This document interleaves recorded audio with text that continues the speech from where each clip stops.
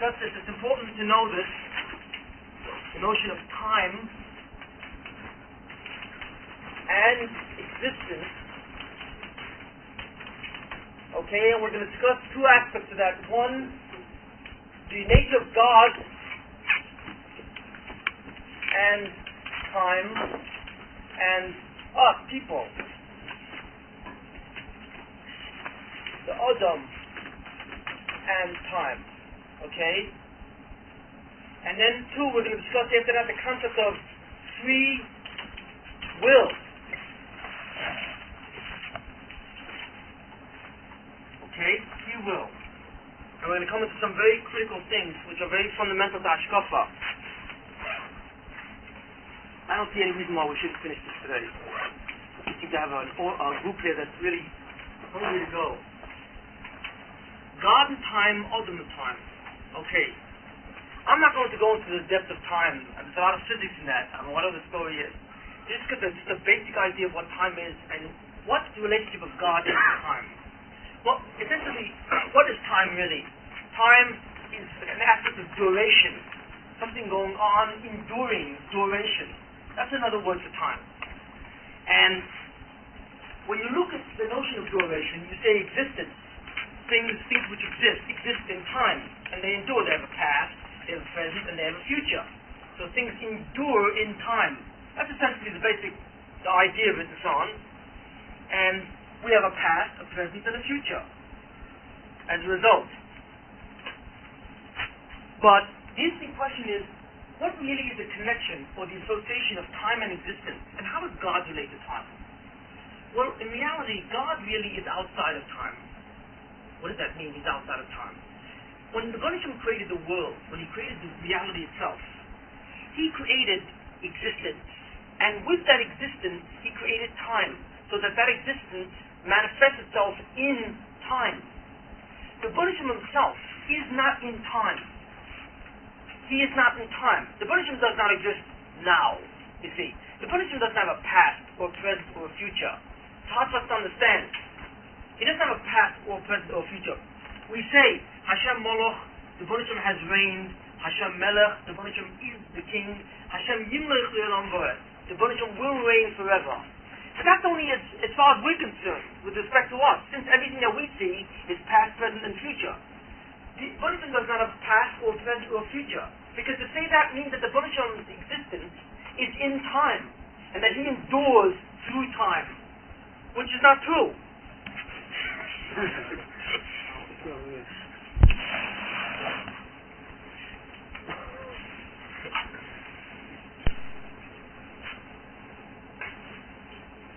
it says Bereshis Bo Elokim, in the beginning God created the world. How do we learn it? Bereshis, in the beginning, Bo Elokim, God created. That's the Shemayim Etorah, right? But the real way to read it is not Bereshis, in the beginning God created, but Bereshis, with a beginning, God created the world. Ber does not really mean in. Ber really means, in this case, Bereshis. With a beginning, he created reality. With a beginning. In other words, as soon as he created existence, suddenly there was a concept called beginning. Time started with existence itself. As soon as the Rebbeinu Shalom said, let there be a world, he said, let there be a world in time. So suddenly the world started in time, you see. That's a very important thing to understand. With a beginning, he created the world, not in the beginning.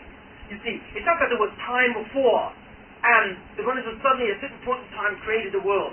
The question that everyone asks on the Rebbeinu Shalom is, why did God create the world just now, at that point in time? Why didn't he create it before? You see. Well, that assumes that Rebbeinu Shalom is what? Is in some way coincident with time. You see, that in his world, in the world of the Ein Sof, there's time. And at a certain point in his world, he said, I'm going to make a Bria now. But that's ridiculous, you see. In that case, we're talking about the Rebbeinu Shalom just as we view ourselves.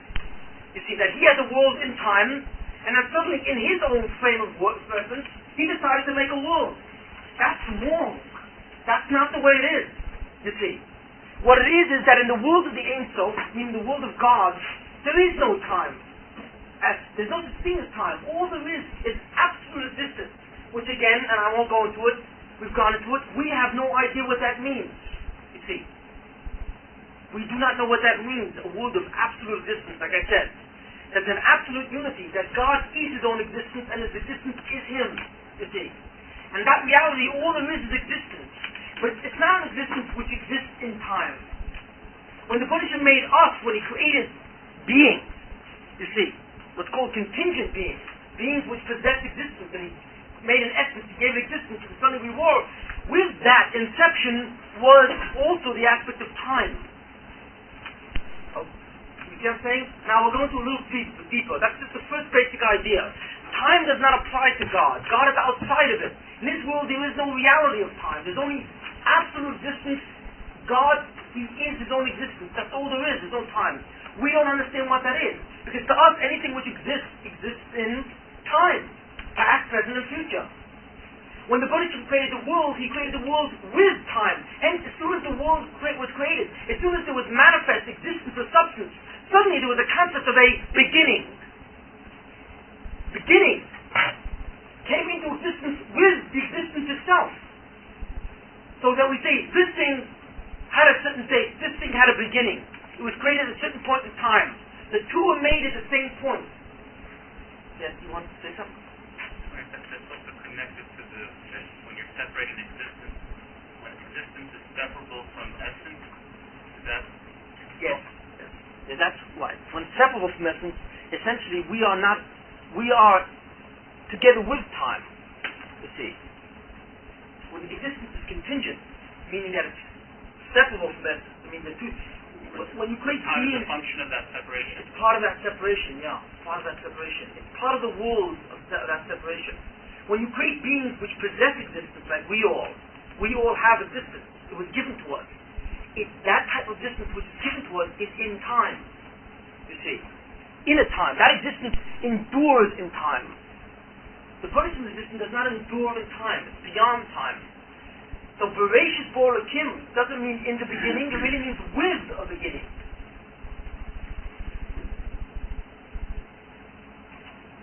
That's the simplest notion of time with respect to the Baruch Shalom and with respect to us.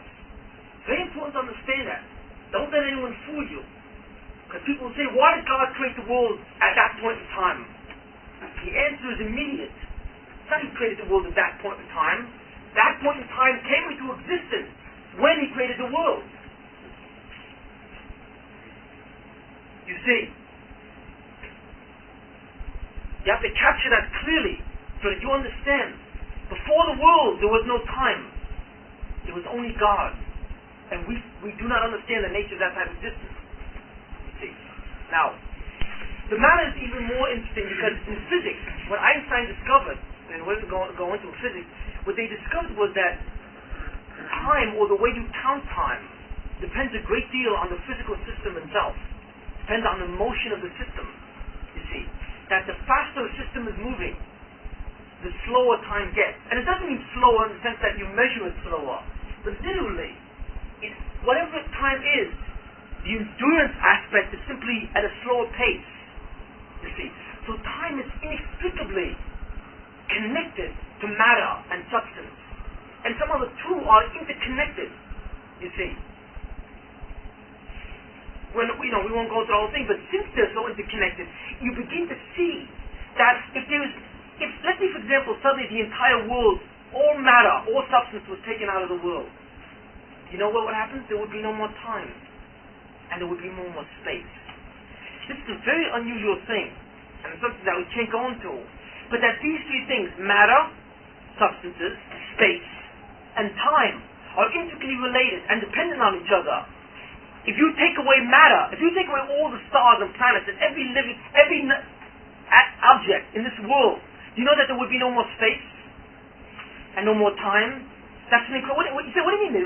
What does that mean there would be no more space and time? Objects exist in space. They don't. And they exist in time. No, they don't. Objects exist with space and with time. In some way, the three of these things coexist in some way. And there seem to be different aspects of a basic reality. And if one disappears, the other two automatically go. And physicists are just beginning to understand the incredible unity, you see. an interaction between these three. Where's this? What I'm just saying? Well, the theory of relativity, first we have to understand, before the theory of relativity, everyone thought there's something called time. If you have a clock, if you have a certain clock, the time that you have now is 4 o'clock. Let's say it's a 7:45 now. It's a 7:45 at the other end of the galaxy, and it's 7:45 at the other end of the universe. It's all 7:45. It's one big clock, and everything in the universe runs through that clock, right? Einstein was the first one to discover that's not true. See, it's not one big clock. There's not something called absolute time and absolute space, where matter in that goes through the same time, you see, and occupies different parts of the same space. That's not what it is. But Einstein understood, and this was why it was so radical, it's why it's very difficult to understand, is that the space which matter occupies and the time in which it endures depends on the system itself, on the matter, how fast it's going, you see. And in an absolute way, so that time at this end of the universe is absolutely different than time at a different point in the universe. Literally. And you know, the ultimate thing is what's called the twin paradox. The twin paradox is if you have two twins, who are of course the same age, maybe a minute or two different, right? By the way, I'm a twin. So if you have that kind of thing, let's say my brother and I, right? We're both on the planet Earth. Let's say my brother took a journey into space, and he got on a rocket ship, and he shot up at the speed of light, heading towards, let's say, Alpha Centauri, the closest star. Okay? Well, it takes 4 years to get there at the speed of light. Well, he's going up there, and he comes back in 8 years. Well, 8 years, I'm 8 years older. He comes back, he's maybe half a year older. Literally. And when I say he's a half a year older, what do you mean he's a half a year old in his body? If you look at his body, his biological processes have gone through a half a year. And I've gone through 8 years. There's some clocks up. Yeah. They're slower. They're slower. You see, when I mean so, it doesn't mean that the measurement changes. It means that the actual movement of reality, or the movement of processes, slows down. So that the whole time factor is different. That's called the twin paradox, you see.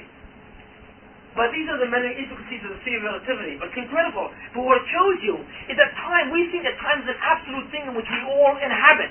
That's not true. Time is part and parcel of our system. The speed of the system, and so on and so forth. And it literally changes depending on the system. Which means that matter, space, and time are integrally related. Which of course points back to what I'm saying in terms of the Torah. You see. That if time is integrally related with matter and space, so that if one changes, the other one changes in its very nature, it means they were all created together as a unified totality of some kind of a total system. And the Torah says that Bereshit Borokim, with a beginning. You see, the matter, the space, and the time suddenly came. You see, it started.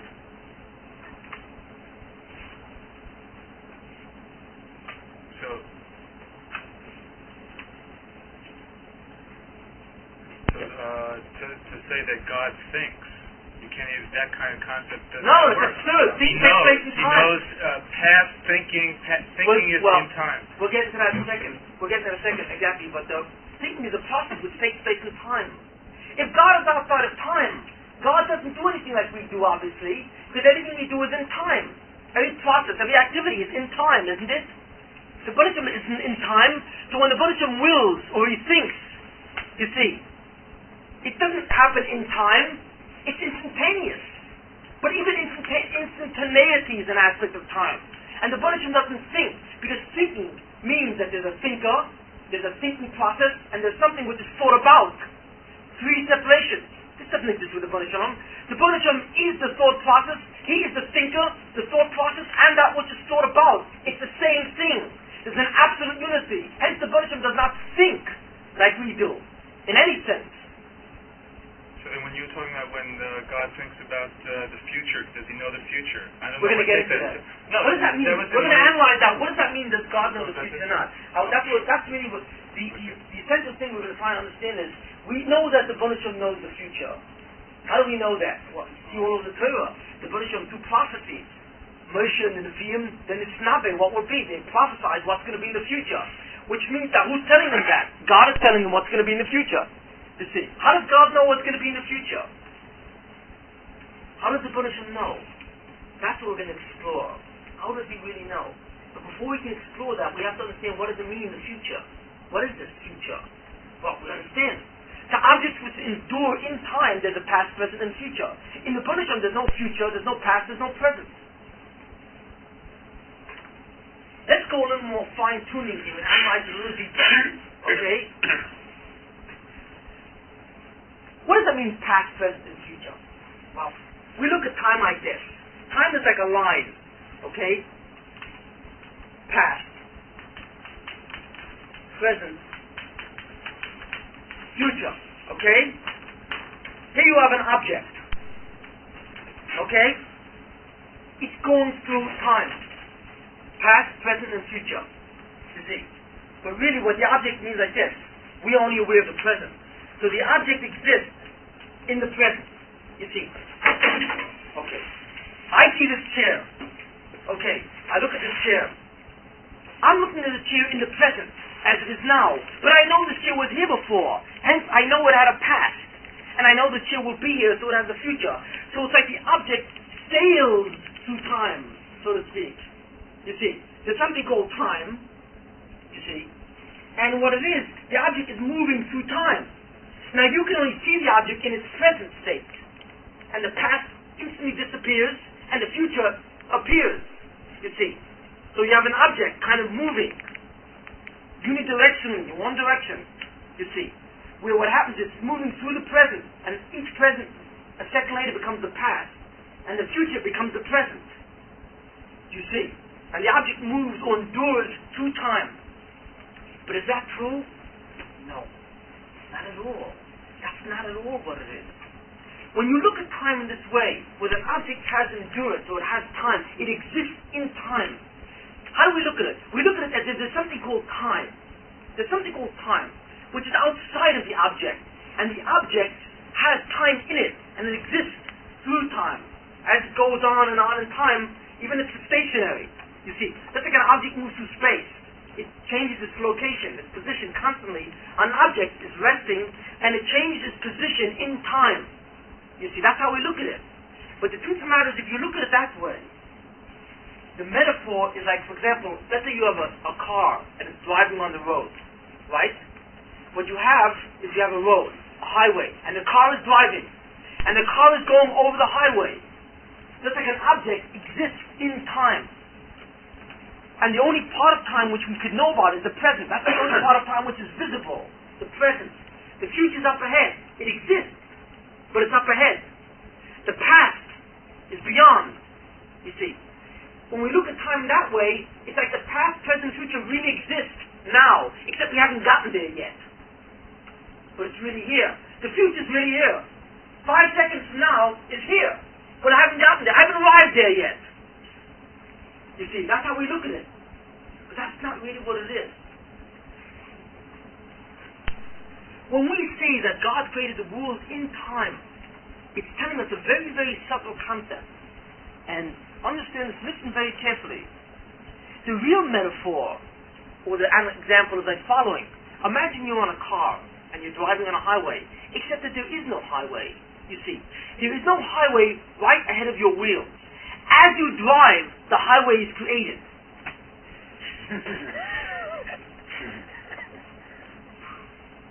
You see that? You see that analog, that metaphor? That's what time is. In other words, when we see this thing, there's no such thing as the future. The future does not exist. 1 second from now doesn't exist. Why? Because all that exists is now. That's it. Now. This instant second is what is. This is the reality. You see, and as existence goes to the next second, you see, it's created again and again. Every second, existence is created anew and continues. You see, it's not like there's time and existence goes through time. You see, that's not what it is. It's that all that exists is the present, now. 1 second from now does not exist at all, meaning that there is no time up ahead, and there's no existence up ahead. But existence moves up ahead, and as existence moves up ahead, the time which it needs to endure is created with it. You see? So therefore existence is created every second. Do we see the subtlety? That's what the pasuk says. Mechadish v'chol yoyim, my separation. The Baruch Shem is Machadash. He creates every second. Mighty gracious, the act of creation. The creative act is going on every second. Well, what do you mean it's going on every second? Why does it have to go on every second? The Baruch Shem created time, He created us, and we're getting, moving through time. No. He's got to create it because the truth of the matter is existence exists now. All that exists is now. And we have a sense of now. That's all. A second from now, there is nothing. Nothing exists whatsoever. What the Baruch Shem has to do is suddenly take reality and move it ahead. So what you have is like, this is reality, and this is now. Reality exists only in the present. That's it. Reality is this. When reality moves ahead in this direction, suddenly the Baruch Shem creates it again. And again. And again. You see what I'm saying? All of reality moves together with the time. So that the creative process is constantly going on. You see, we don't exist in the future. There is nothing in the future. There is no future. Future of what? There's not even time in the future. There's no such thing as future time. Because there's nothing. Existence only exists now. This aspect of time is all that we have. You see, all of existence endures now. A second from now, in order for it to go for a second from now, the Baruch Shem has to recreate it. Recreate it. Recreate it. It's like a car creating the road as it goes along. Or the brush creating the line as it moves. You see, you don't have like a line and you have a chalk following the line. You see, that's the way people look at time. I've got a line there, I've got my chalk, watch, I'll follow the line. You see, that assumes that the line is independent from the chalk and that the line exists in its entire length. And I simply have to go from here to here, you see. That's not what it is. Reality goes like this. You notice? The chalk and the line both move together ahead. Because it's the chalk which is making the line, and the line which responds to the chalk. You see? When the chalk is over here, there's nothing here. The chalk is not there and the line is not there either. Do we understand? It's a subtlety. A very unusual subtlety. And this comes from the person that creates Hashem creates every instant. Yes. You say it every day in davening. By Rosh Chodesh on Sion Torah. You say it Machadish, you say it in the morning in Shachris. Right before the Shema. Part of the creation of the whole life and the whole creation. What's that? It's part of the whole creation, the whole life and the whole. Yeah. Yes. The basic part of creation. Independence of the time and the matter. That's where it comes from. That's exactly the thing. Since there's an interdependence between matter, space, and time, they all coexist together, and they're all moving ahead together in time. You see. What about the past? There is no past. Just like there is no future, there is no past. All that exists is now. 1 second ago is not here. It doesn't exist. Its effects exist. Its consequences exist. What you've done exists now. Yeah, but you can still look at that line. Yes. Back No, how do you look at it? It's in the now, but Where? you still look at it. How do you look back at it? Do you really see the past? No. No. You remember it. It's in your head. It's an awareness. It's a memory. Is that because the past... It's a memory. There's no real past. It's a memory. It's in your mind. In your head there's a continuity of existence. You remember the past. But there is no past, really, that exists.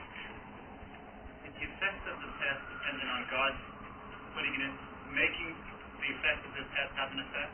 Oh. It doesn't wouldn't necessarily... We're going to get into that. That has to do with that. Comes to the second part of this. Free will. Yes, but it coexists with matter and space in some integral connection. Someday maybe physicists will begin to understand. That's what the unified field theory is all about. The GUT, the grand unified theory. Can we understand the basis of matter, space, and time? What are they really? How are they interconnected, really? We're only beginning to get a glimpse of their interconnection. But what their interconnection tells us is that they all coexist together. They don't exist separately.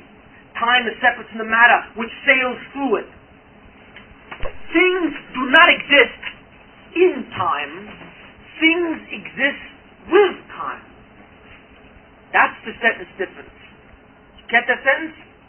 Things do not exist in time, like we are immersed in time, like time is outside or separate, and we are immersed in it, moving in it, like some kind of sea. Things exist with time. The thing and the time coexist together, so that the object which exists, you see, is capable of existing or manifests its existence by enduring in time. That's the expression of its existence. Do we see? That's what it is. Existence expresses itself by enduring in time. Things do not exist in time, but the existence is an expression. The expression of existence is in something called time, but if the two are wedded together, never to be separated. Do we see the subtlety of that sentence? Where does the future exist now? It doesn't. Does it exist in language? Yeah, well, it does exist in language. We can talk about future. We can talk about past. But all it is, the future... Where does the word like, I promise, come in? Or because what it is, it's a projection. It's simply, let's say you have a line of endurance. We can talk about the past, and we can talk about the future, but not as a reality. Simply as conceptual projections of sentences. Judaism, you can't say that. Well, it depends. I promise I will do. Well, you Isn't can't that where say the that. future shows up in the present? The only place, the only way it works. What It doesn't really show up. What it simply says, what is a promise? A promise simply says that I will maintain the present continuously. You see, or when the present moves ahead, at that point I will do something. But the future is nothing more than the present up ahead. That's another way to look at it. You see, it's not a future up ahead, it's the present up ahead. You see what I'm saying? It's the now up ahead. That's all the future really is. It's now. We are constantly moving from a series of successive stages of now. You see, existence. And it's nothing more than the present moving ahead. That's all. But not that there is something ahead called the future, which we have to arrive at and get. It's like a port of call. You know, we're sailing on a ship, and that's our destination is the future. There's no port, there's nothing. All there is now. Whatever existence you see is what exists. That's it. It is now. The existence which exists at this second, throughout all of reality, is what is. There is nothing else. How come we miss that point so much? I mean, Who? we're in the future. I'm honest with myself. In the future, in the Because past. what happens? Because we confuse. Because after a while, the projections become the reality. You know, that's what it is. The same thing where we don't understand who God is, because we begin to talk like God, like He's in human terms. Everyone thinks that God moves in time like we do, right? In the future, God will do. You see, we talk about God in human terms. Why do we do that? Any clear-cut analysis show us, like we did out with those shurim, that God has nothing to do with human beings. He's not in time at all. Yet we always talk about God as if He was a superhuman being, don't we? Same thing. We talk about time as if it's up ahead, as if it's there, you see. But the truth of the matter is, it's not there. The only thing which exists now, whatever is now. That's all. That's close to the cycle of nature. Okay. It's close, right? Because the cycles imply predictability, future. Anything cyclical implies predictability, and predictability almost tells us like there's a future time that's got to arrive. Who says maybe 5 seconds from now all existence will go back into non-existence? Who says? So then where is the future? Where is it? If 3 seconds from now we can all be what? Yesh la'ayin? Ayin what? Yesh la'ayin. If God simply takes all existence and restores it to non-existence, where is the future? Where is it? What? No. It's possible by definition. Nothing can exist in non-existence. Even the future. The future exists. How can the future exist in non-existence? That's an impossibility. Again, it's a play on the words because you cannot really grasp non-existence. To grasp non-existence is to deal with it through existence. We won't go into that. That's what we did last time. So the thing is to get in touch with the now, and to get in touch with existence, to have some experience of God. That's the only way. You can't experience God. You have to understand what your existence is. Your existence is this moment in time. Everything else is a memory or a hope. That's it. It's an aspiration or it's a remembrance. That's all it is. But existence is only now. Okay? You were saying that. Now, why do we say all this? Because now you're going to, once you understand this Hakdama, you're going to begin to understand what the Baruch Hashem did to man, what a man is. You can see an extraordinary thing. But I assume we all understand this? Okay? So the key sentences are existence manifests or expresses itself in duration. Things exist with time, not in time.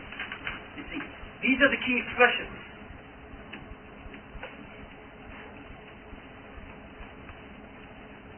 You see, many times in order to understand Hashkafa well, you have to really go back to what life is about itself. Things that we always take for granted. Always take for granted. You have to go into the life itself and say, wait a minute. Because when you begin to analyze life itself, you begin to see it's not what you thought it was. And only then could you begin to understand the real depth of reality, and what the real purpose of creation is, and what the process of creation, and the process of existence. Can you say something that's comprehensible if you say about time and matter being completely together? Can you say a little more about matter and space? Why you can't have space without matter? Physics. Well, no, I don't have a clear understanding of that. And even if I did, that's not our domain. That's physics. You have to understand. A lot of that would have to do with the general theory of relativity, matter and space. No. Matter doesn't exist in space; it exists with space. Same way. Yeah, because right, matter exists with space. Right. It's called the same analogy. Yeah, it's called the geometric field, the general theory of relativity, and so on. But these that's why his theory is so revolutionary, because no one ever thought of it in those terms. That's literally space and time. Ever hear of something called the space-time continuum? And so on. This has a great deal to do with the nature of matter. What it is that depending on the object, you all heard the expression of black hole, right? What is a black hole? A black hole is a star which is so dense. It is so dense, meaning that its substance is so compacted into a small unit of area, right? That the gravitational pull is so enormous that nothing ever can escape, even light. That's why it looks black. It's an object which looks black. It's a star which produces light, but you can't see it. Why? Because the substance is so dense, it's so packed, that it has a gravitational force which is awesome, so that light beams cannot leave it. It's sucked back in. It's like an incredible vacuum cleaner. Everything is sucked right into it. You see? Because it's the gravitational force. But what Einstein clearly says, is that the gravitational force is so powerful in a black hole, you see, is that the space around it and the time around the black hole moves at a snail's pace, so that 1,000 years of our time would take place maybe in a year rather 1,000 years of its time, 1,000 years of our time would take place in 1 year. No, it's reverse. It's reverse. 1,000 years of its time takes place in 1 year of us. Right. It's so slow. But why is it slow? Why should the time be different? Just because the matter is different? Yes. So depending on the mass, that can literally alter the nature of the space and the way time operates in that system. Literally. That's an incredible thing, isn't it? It also gives a lot of basis for understanding the years that the early... I mean some of the early days, the 6,000 somebody years. lived 1,000 years, or somebody lived... Some of these things, yes. Right, obviously they're not connecting with... Obviously, the measurements were very different. But but the key point that we want to derive from this is that the interdependence between these things, these physical aspects, are so powerful that they indicate the unity of all, you see. And the unity indicates that what? That time and matter coexist together. Matter and time were created together. They weren't created separately. Well, if matter and time were created together, then matter doesn't exist in time, but with it, along with it. You see. What does that mean? That means that what? That there's no thing of the future, but all there is the present. You see. Every piece of matter has its own present at this point, and that's it. You see what I'm saying? You see how it goes logically from one idea to another. And the psukim indicate that.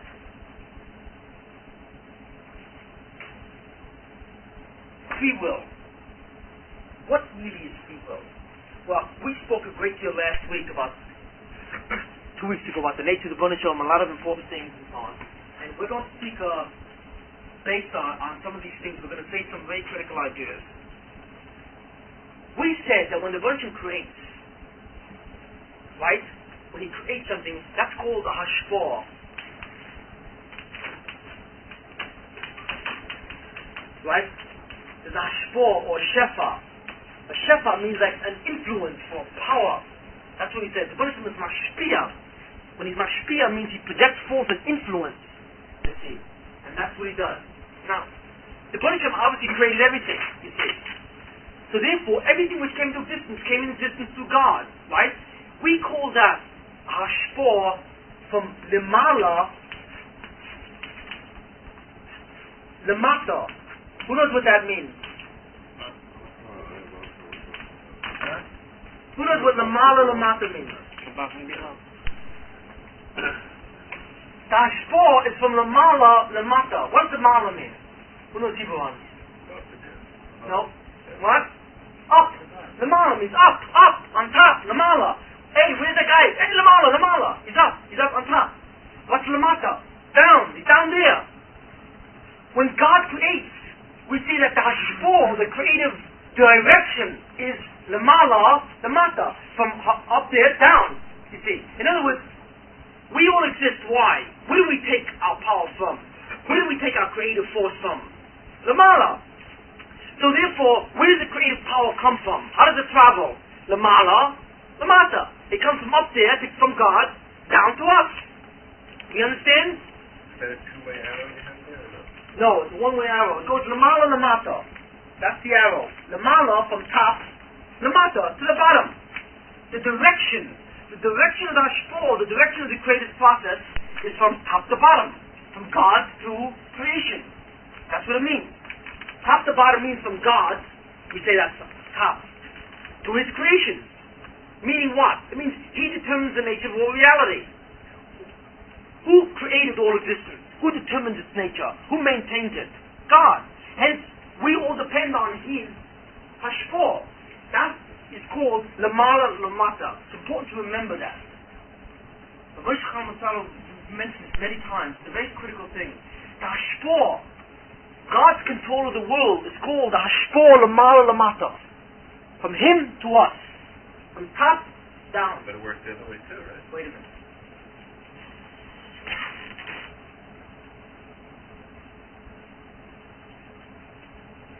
What does that mean? It means that the only one who can create, the only one who has the ability to create, or influence, or manipulate existence, is God. Why? Because hashpah is lemala lemata. But is that absolutely true? Does the creative process only come from God to us? No. Can we say it is possible that we create something too?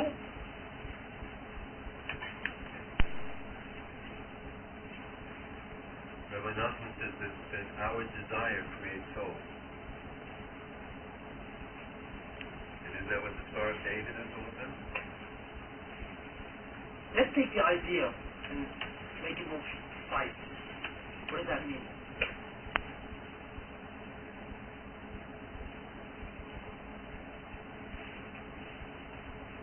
I'm a puppeteer, and I want to make a puppet show. So what do?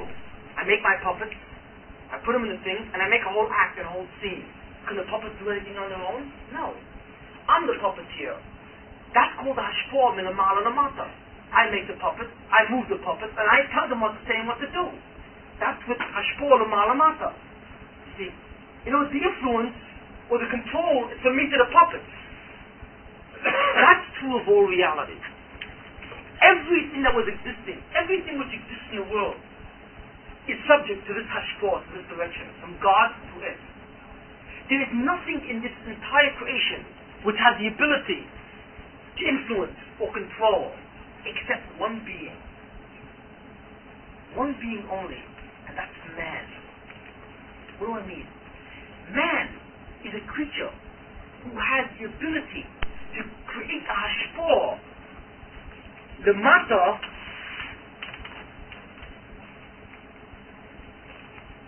actually the better way to do it this way. The mala. Nothing else has that ability. Angels, malachim. God made angels, right? He moves them. Tells them what to do. He gives them the courage to do it. Can they talk back? Can they say I don't want to do it?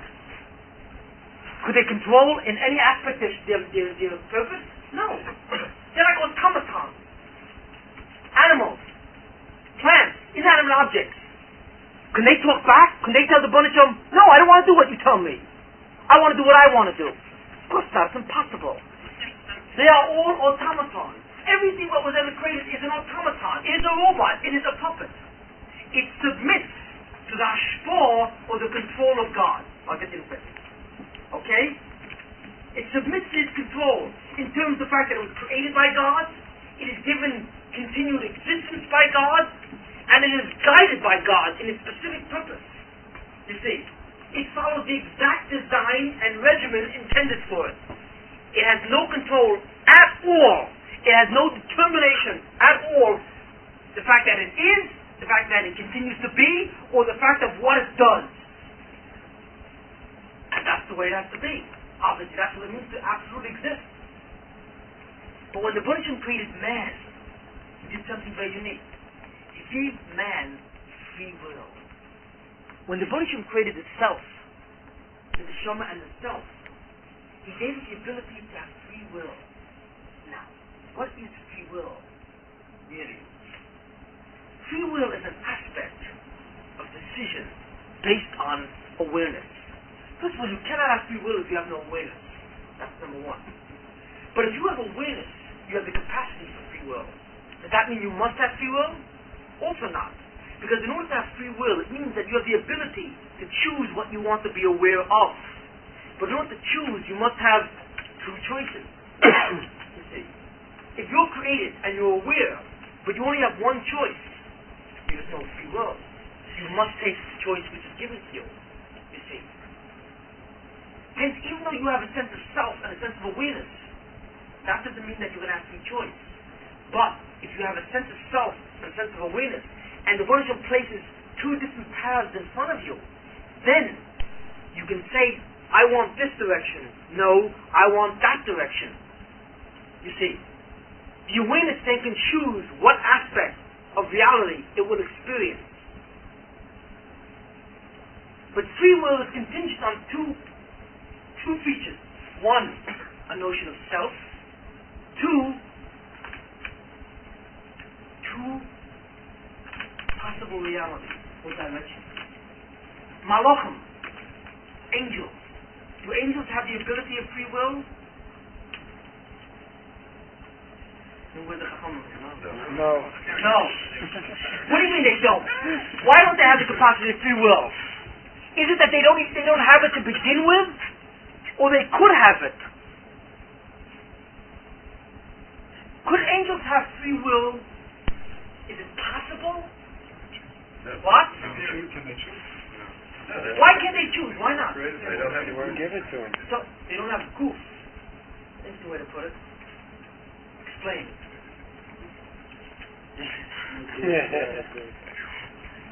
What do you mean they don't have goof? That's the apparatus that allows us to have free will, allows our nishamot to... How? Through motion and choice. To the two paths that you talk about. What? The two paths. You have a choice between... That's right. If the neshama is put into a goof, there are two paths. Choice. Now a malach. Remember we said a malach is a homogeneous substance. It's only composed of ruchnius, and that's it. Hence, a malach has self. You can talk to a malach, and it talks back to you. You see. But what's the difference? It's pure ruchni. It's homogeneous ruchni. You see. And because of that, it has the capacity for free will. It could have free will. It has the ability to be aware for what's it going to choose. What? What's it going to choose? Between two different types of ruchnius? No, it can't. Because it only knows its own ruchnius. It only knows that which it is. the thing. It's homogeneous. It's only composed of one substance. It's own ruchnius. You see? So is the choice between ruchnius and gashmius? Yes, exactly. That's what you meant before by guf. That's what you meant before by guf, but you weren't clear exactly. But that's what you really wanted to say. When the Baruch took the neshama and put it into a guf and created two types of substances, neshama, spirit, ruchnius, and gashmius, physical, suddenly there entered the concept of choice. You see? Without that, there would be no choice. A malach has consciousness and has awareness. It would have the ability to say, I want or this and that. I want this direction or that. It could have the ability because it has a sense of awareness. But where's it going to go? It only knows one direction. It doesn't know of options or alternatives. Hence it can't go anywhere. But what the Baruch did was create a neshama which has awareness and put it into a guf.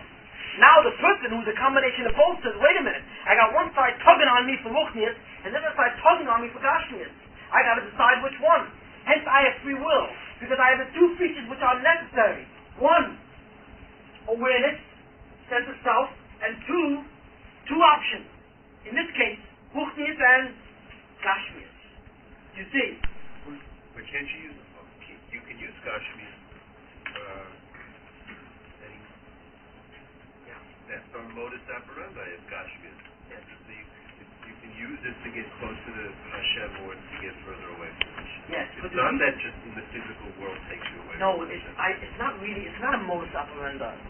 You don't need to live in a guf to exist or to function.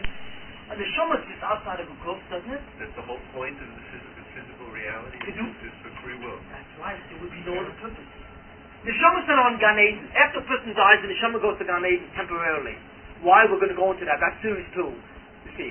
That's what it is. The neshama is living Gan Eden. What are they doing in Gan Eden? Well, they're doing certain things. We'll discuss that also in series 2. You see. So if they do whatever they're doing there and they're happy about it, they don't want to come down. Why does the Baruch tell them, shh? They don't want to come down. And if I grabbed you and I put you in a garbage truck and I said, this is your home, you know?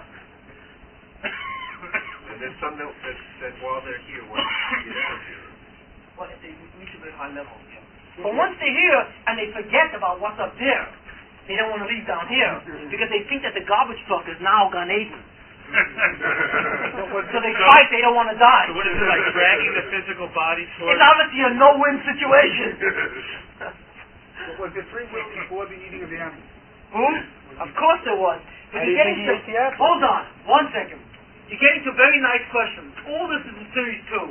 But first you have to understand series 1. The principles, the concept. So this idea of free will between the physical and the spirit.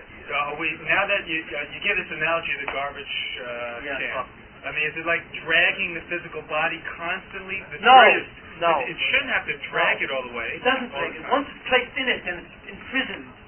And that's it. But we have a choice. The body's dragging to go one direction. The spirit should go in another direction. We have a choice. Right. So there's a choice. So it's always a matter of pulling the body towards this way. In terms of making a right choice, right or wrong, that's getting into right or wrong. So it's a constant kind of It's a constant tug of war. But wait a minute. This is the 1 second. Will the body ever go on its own? You know, it will have a desire to go in that direction? You know, out of its own? 1 second. You know what I'm saying? Yes, I know very well what you're saying. Listen, please. These are very deep matters. I don't want to go into the nuances of the relationship of the body to the neshama. In order to understand it, you have to understand a tremendous amount by other concepts called Bichach HaGuf, and to understand what Olam Haba is, what Gan Eden, to really get an understanding of what the guf is, and all these things is up ahead. Not that far ahead, series 2, you see. That really goes into the analysis. What is the body? What is the neshama? What is Gan Eden? What is Olam Haba? And so on. Od Marishit, all these things that are very fascinating and interesting is right up ahead. But we basically have to understand... Wait, future, where we're in. What's that? This is a commercial for up ahead. That's what I say, right? Good point. Okay, we don't want to... I simply want to itemize here the critical features which are necessary for free will to exist. Now, what am I saying all this for, basically? Because there's an enormous thing. When the Baruch created a being which has free will, you see, what does that mean? It has a sense of self. Now remember what I said, that to have a sense of self in a certain aspect is to be outside of God in a certain sense, because it's the ability to look at God, you, as separate from the Bnei Shalom. The self is the one thing which, if anything is independent from the Bnei Shalom, is the sense of awareness. Because it's the one thing which a person is able to use as distinguished from the Bnei Shalom. It's a true distinctive aspect from God. A being with a sense of self, the sense of I, is able to look at God as a separate entity. Hence, to some degree, this sense of I is outside of God. That's what allows the aspect of free will. That's why sense of self is a critical feature for free will. But, wait. When the Baruch Shem took the neshama and put it in the body, and now has free will, what does free will mean? Free will is a very important statement. Free will says the following. The Baruch Shem says, look, I give you two directions. You choose the two directions. You choose it. Meaning, I'm not going to tell you, I'll tell you which direction to go. I'm telling you, go here, don't go here. You know? Take my advice. Choose life. Choose spirituality. Don't choose the ghost, you see. But that's my advice. I'm not forcing you. It's up to you. You can do what you want. You see. What does that mean? That means the Baruch Shem truly is not interfering with you. He's not saying, I'll give you free choice and give you a shove in this direction. That's not what it is. He's really saying to you, you have the free will. I'll let you do what you want. And the Baruch Shem literally steps back. You see. Meaning that when you start doing what you want, you determine what will happen in the world. You determine if the world will be to the dark side or to the light side. If you do chatoim, you bring down tumah, darkness. If you do mitzvahs, you bring down awe and light and kedusha into the world. You see, the Baruch Shem says, wait a minute. I have created the world. My hashpah comes from me to you. But now that I've given you, the human species, free will, I will wait for you to tell me what to do. That's an incredible thing. The Baruch Shem is saying, I can do what I want, and I do what I want, you see. But to you, mankind, I have given you the ability to tell me to do what you want. In other words, I will wait for your message, and then I will act. But I will wait for your message, and I will not control your message. It is absolutely free. That's an extraordinary gift. That's an unbelievable gift. What the Baruch Shem has literally done is switched hashpah from the Mata to Maila. Normally, it's a one-way street. All the control is God. Now the Baruch Shem says, no. The control is no longer mine in an absolute sense. I give you control. It's true you can't do what you want in terms of affecting reality. You remember last year, you see.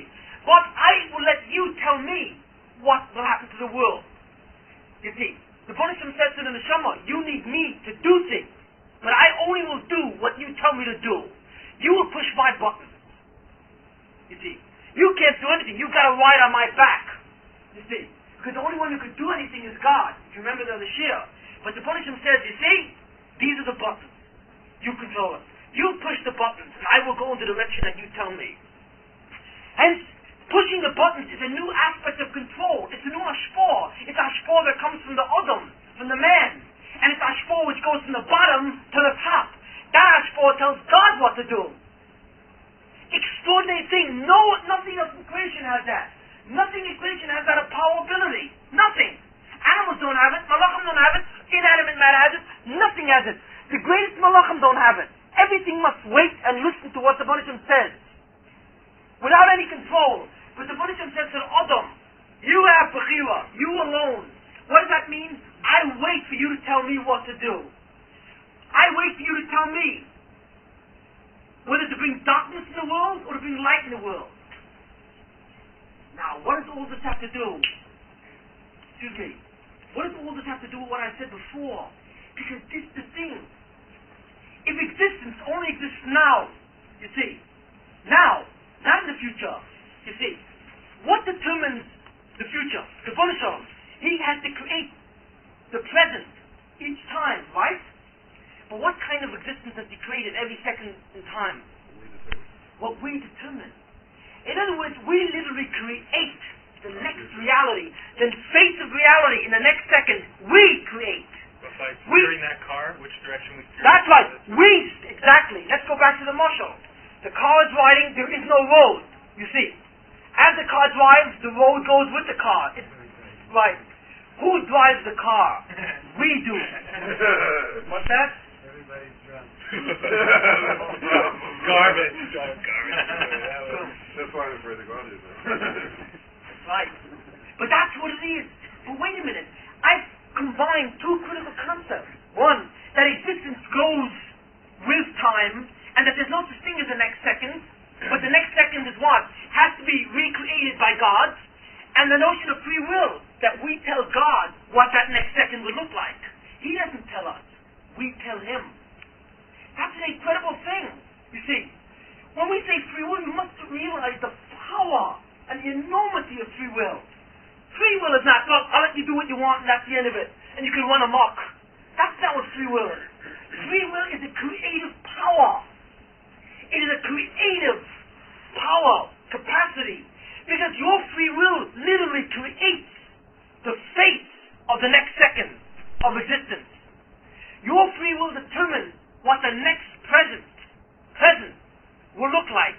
It determines the face of reality, 1 second up ahead, and the next second, and the next second. You see, the Buddhism is the one who creates the reality, because he's got to create it every second, because time goes along with the existence. But what that looks like depends on you. Why? Because you have a hashpor milamata lamaila. If it was God's hashpor, then you would have nothing to say about it. God would move existence along the path to where He feels like, you see. He would determine, like He determines for everything else, what the next second of reality is going to look like, according to His own criteria and His own purpose, whatever it is. You see, that's what hashpor milamala lamata means. Hashpor going downward means that God does what He wants to do entirely. The creative process depends on His will. Hence, the next second of reality looks like what He wants. But free will means that there's an aspect, you see, where the next second of reality depends on what we want, because there's a new hashpor that was created. Hashpor milamata lemaila, going up, meaning that we tell God what to make the next second look like. Do you all understand that? That's the power of free will. That's the power of a mitzvah of a chet. That's what it is. You want to know what it is? You want to know when you're sitting there and you're standing on the line and you don't know, should I or shouldn't I? Yes or no? Do I or don't? Realize that's not a simple decision of, well, yeah, so what? No, so what? What you choose determines what reality will look like the next second for you. Is this only Jewish choice? The choice made by Jews? Yes. It says, Goyim have free will also, but not at all like Jews. Does it affect the totality of the The only one who can affect the totality of existence are Jews. Goyim used to have that power until it was taken away. But that's in Series 3. There's a problem there that at that moment, that on the line that man is creating, right? Yes. At that very second, at that very instant, there is no time. Therefore, he is in existence. Who? Man is in existence. Yes. There's no time. There's no time up ahead. No. Man is shaping literally the existence which is up ahead. As he's in the present, he's shaping the present. Yeah, but so what this problem I see in that is that saying that God is beyond time and space and matter. But at that very minute particle conjunction, man is also in that same position. Who is? Man, because he man is in the position of determining which what way the nature of it's gonna go. reality is in the next second. But it's the Banisham who's outside of it, who's actually creating it. He creates the reality. You're telling the Banisham how to paint the picture. In essence, you can't. In order to paint the picture, you got to be outside of it. Okay, so he's outside of it. So to say that he doesn't know which way that line's going to go, Wait a minute. that's a question. That's the question. We didn't talk about that. We didn't talk about that. We didn't talk about Okay, God's I thought knowledge. that's what you were. No, we're getting to it. We didn't talk about God's knowledge. What we're basically talking about here is simply the relationship of free will to time and existence, you see. That's all we're talking about at this point. But it's a very important thing, you see. What comes out from everything we're saying is that all of you people, all Jews, are in a basic way literally magicians. And that we have magic in our fingers. The magic of determining what the nature of reality will be the next second up ahead and that second up ahead. But all of reality and for our own personal lives. You see. And it does not exist now. Because the Buddhism is waiting. The Buddhism is, you could see Kaviochel is like a massive computer waiting for input. It's like programmed, it does its procedures, and suddenly it stops, and it says input, and it waits. The whole machine shuts down and waits. It waits for you to push the input in the dials. And as soon as you put in the input, what happens? Suddenly, the whole thing automatically takes off on its own. And then it creates the next series of instructions, the next series, and then what? A couple seconds later, it stops and it says input, more data. That's what it's like. That's what it's like. That's what reality is like. Reality is like an enormous mechanism which moves along. That's what Hashpor, Milamala Lamata, from top down. It's a mechanism which is constantly doing its thing. But at certain strategic point, it stops. And it says, feed me data. Tell me which direction I'm going to go. And it stops, and you feed the data, and that's it. It hooks itself up again, goes on automatic, and moves on to the next second, and stops. Feed me more data. And that's what all life is about. All life is nothing more than an interaction between your free will and this incredible mechanism called the Hashpor Milamata Lamala. You see? That's what it is. It's a constant interaction between you and God. You see? You constantly tend to bullish on what reality should look like in the next minute. And the bunch of going and doing it and stopping, waiting again for you to tell them at every point in time. Reality looks very different than it's looked before, doesn't it? It's enormous. Not only that, you realize the power that you have, you see. You think you're a small being. You think you're nothing, you see. Is there any wonder why man is the most incredible creation of all? You see what I'm saying? Is there any wonder? Can there be a greater or more remarkable creation than a being who has the ability to shape the future or to shape the nature of existence or the expression of existence right up ahead? Does this moment completely determine the next moment? Yes. But I mean, If, and this is what Hashkafa is about. What is Hashkafa? In a very simple way, Hashkafa is nothing more than the study of how this mechanism works. That's what I'm teaching you here. That's what I will be teaching you until the end. To understand more and more what that mechanism and how it works.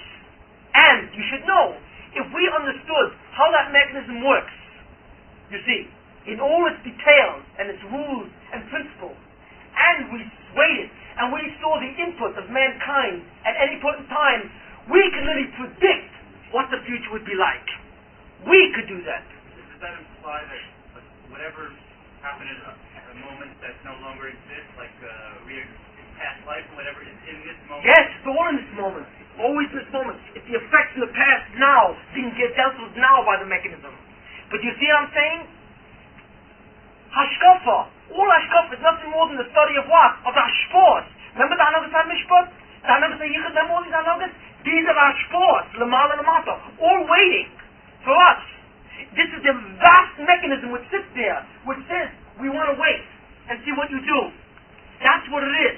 If we understood how that mechanism worked, if we understand how the Bonism is mashpia, what the principles are, what the details are, and we understood the exact design of that computer, that mechanism, and then we simply looked at the input of mankind, we ourselves can predict what reality would look like in the next second. No, but another Tayyachud you can't predict. Because we don't know anything about it. But that's by definition. No, it's not. You're talking about logic and that transcends logic. The Hanogas HaYichud has its own principles. It has specific principles. The difference between the Hanogas HaYichud and the Hanogas HaMishpat is that the principles of the Hanogas HaMishpat were revealed, but the principles of the Hanogas HaYichud were not. That's the difference. But they are both precise mechanisms. Make no mistake about it. So there's no such thing as a miracle then? Yes. Exactly. There's no such thing as Hashem intervening just for something that's higher than anything that we can possibly ever comprehend? Why is a miracle any more than what happens now? Why is the world... I understand that a miracle to most people is something that they just don't understand and it looks like magic, but... A miracle is nothing more than a temporary alteration of what normally is the regular course of events. That's what a miracle Something is. like Hanukkah is something that we could have comprehended beforehand. Who? If we understood, whoever was there at the time, that they could have comprehended beforehand. If they understood In other words, they understood that if they do this with their nafesh, and therefore they'll have this thing with the oil. That all came from man. The miracle Yes. Yes, that's Chanukah. That's what the whole Chanukah lesson was. We finally told the Rebbe Shem says, look, you want me to conduct reality on the basis of miracles? You want me to let a few people vanquish many? Then you run your life that way. You listen to the Torah and you demonstrate that level of yichud, and I will demonstrate that level of yichud. But the connection between the two is an exact mechanism. It's a precise mida connected mida. You see, it means mida connected means So there is such a thing as another yichud, according to that mida connected. Mida connected. No, wait. Take it at this point that it all works as a mechanism. Even Hanukkah's yichud is a mechanism. It's a mechanism which functions by a whole different set of principles than Hanukkah's mishpat. They are both hashpos, midas hashpos, which function mechanically, and they respond to outside stimuli, except that they respond in different fashions. Now that they respond in fashions which are literally contradictory, or it would appear to be contradictory, but that's a whole study in and of itself.